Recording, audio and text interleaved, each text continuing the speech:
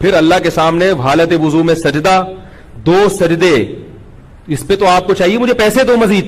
بولو مولوی صاحب آپ کی جتنی تنخواہ تھی ہم نے اس میں اضافہ کر دیا کیونکہ آپ کام زیادہ کر رہے ہیں. اب ایسا ہونا چاہیے نا، کیونکہ یہ بدعت حسنہ ہو گئی نا. تو بھائی بدعت حسنہ سیئہ جو علماء نے لکھا ہے نا، وہ بدعت سے یہ اصطلاحی بدعت مراد نہیں ہے، لغوی بدعت مراد ہے کہ جس کی اصل نبی سے ملتی ہو، تفصیل نہ ملتی ہو. جیسے حضرت عمر نے 20 رکعت تراویح شروع کی، اس کو بدعت اس معنی میں کہا گیا ہے کہ نبی صلی اللہ علیہ وسلم نے تراویح شروع کر کے ختم کر دی تھی اس خوف سے کہ امت پہ واجب نہ ہو جائے. حضرت عمر، اور پھر یہ صحابہ پھر بھی پڑھتے آ رہے تھے، لیکن حضرت عمر نے کیا کیا کہ باقاعدہ دوبارہ سے صحابہ کو ایک کام پہ جمع کر دیا، ایک امام پر. تو یہ لغوی اعتبار سے بدعت کہا گیا، اس لیے کہ جو کام وقتی طور پر کسی حکمت سے ختم ہو چکا تھا، اور ختم بھی بالکل یا نہیں ہوا تھا. حضرت ابوبکر کے دور میں بھی تراویح ہوتی تھی، پڑھتے تھے صحابہ، لیکن ایک امام کے پیچھے نہیں ہوتی تھی. حضرت عمر نے ایک امام کے پیچھے جمع کی کیونکہ نبی نے جب اپنے دور میں تراویح پڑھی تو ایک امام آپ صلی اللہ علیہ وسلم تھے، باقی صحابہ سارے ان کے مقتدی تھے. تو یہ اصطلاحی اعتبار سے بدعت نہیں ہے، عین سنت ہے، سنت کو زندہ کیا ہے. لغوی اعتبار سے ڈکشنری میں اس کو بدعت اس لیے کہتے ہیں کہ ایک نیا کام تھا جو ابو بکر کے دور میں اس ترتیب سے نہیں تھا. ورنہ جو اصطلاحی بدعت ہے وہ چاہے اچھی ہو چاہے بری ہو، وہ حرام ہی ہے، وہ ناجائز ہی ہے. جیسے میں کوئی بھی کہنا بدعت کی 2 قسمیں حسنہ سیئہ، تو آپ ان سے کہیں کہ ٹھیک ہے اذان سے پہلے صلاۃ والسلام ہم پڑھتے ہیں، اگر ہم اذان کے بعد بھی شروع کر دیں لاؤڈ اسپیکر پہ تو یہ حسنہ ہے یا سیئہ ہے؟ کیا خیال ہے بھائی؟ اور ہم جو لا الہ الا اللہ پڑھتے ہیں اذان کے آخر میں، کہتے ہیں نا اللہ اکبر آخر میں لا الہ الا اللہ، اس کے بعد اگر ہم کہیں محمد الرسول اللہ، تو یہ بدعت حسنہ ہوگی سیئہ ہوگی؟ نہیں یاری میرا خیال ہے ظاہر ہے سیئہ ہی ہوگی. حالانکہ لا الہ الا اللہ کے بعد ہم محمد رسول اللہ کا اضافہ کر رہے ہیں جو ہمارے ایمان کا حصہ ہے. کیا خیال ہے؟ کلمے کی تکمیل نہیں ہوتی جب تک محمد کی رسالت کا اعلان نہ کیا جائے، مگر لا الہ الا اللہ پہ ہم بریک لگا دیتے ہیں. کیوں؟ حضرت بلال نے نبی کی موجودگی میں جو اذان دی ہے وہ لا الہ الا اللہ پہ ختم کی ہے. تو اذان مکمل ہو گئی، اس سے پہلے اس کے بعد میں آپ نے کوئی ایڈیشن نہیں کرنی. تو ربیع الاول میں نبی نے کیا کیا ہے وہ بھی ہمیں بتا دیا ہے، اس میں آپ نے اپنی طرف سے تڑکا نہیں لگانا، کیونکہ نبی نے بتایا ہے کہ مجھے خوش کرنا ہے تو جیسے میں نے کہا ہے ویسا کرو، اور جیسے میں نے کیا ہے ویسا کرو. نبی کی اطاعت کا بھی حکم اور اتباع کا بھی. اطاعت اور اتباع میں فرق یہ ہے کہ اطاعت قول میں ہوتی ہے، نبی نے جو کہا وہ کرو، اور اتباع کا مطلب جیسے جیسے کر رہے ہیں ویسے ویسے کرتے چلے جاؤ.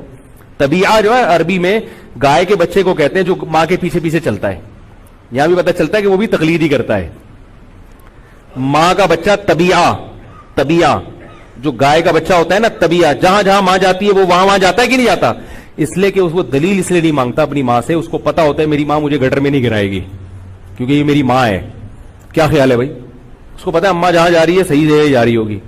تو اس سے بھی پتا چلتا ہے اتباع یا طبیع کا جو لفظ ہے یہ دلیل اور بلا دلیل دونوں کو شامل ہے. تو اللہ نے کیا حکم دیا کہ نبی کی اتباع کرو، یعنی جیسے جیسے نبی کرتے رہے ویسا ویسا کرنا شروع کر دو.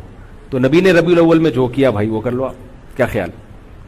صحابہ کے دور میں تو یہ جلوس نہیں ہوئے اور اس طرح سے نہیں روڈ بلاک کیے گئے.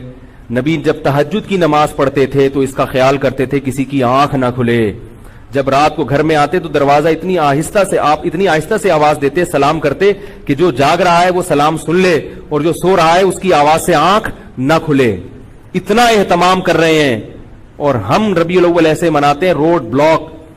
میں ملیشیا میں تھا، 2-4 تاجر آئے یہاں پہ 9-10 محرم کو، ابھی جو 40واں تھا نا امام حسین کے 40ویں کے نام پہ جو بھی ان کی رسومات ہوئی ہیں، ان بیچاروں کی میٹنگ تھی یہاں. انہوں نے بتایا کہ اتنی مصیبت میں پھنس گئے. ملیشیا کے بھی بہت سے لوگ سرکاری دورے پر پاکستان آئے تھے، موبائل ہی بند 2 دن تک، امام حسین کی یاد میں موبائل بند. اب وہ تاجروں کا موبائل بند ہو جائے اور میٹنگ بھی ہو، کتنی ٹینشن ہوگی کہ نہیں ہوگی؟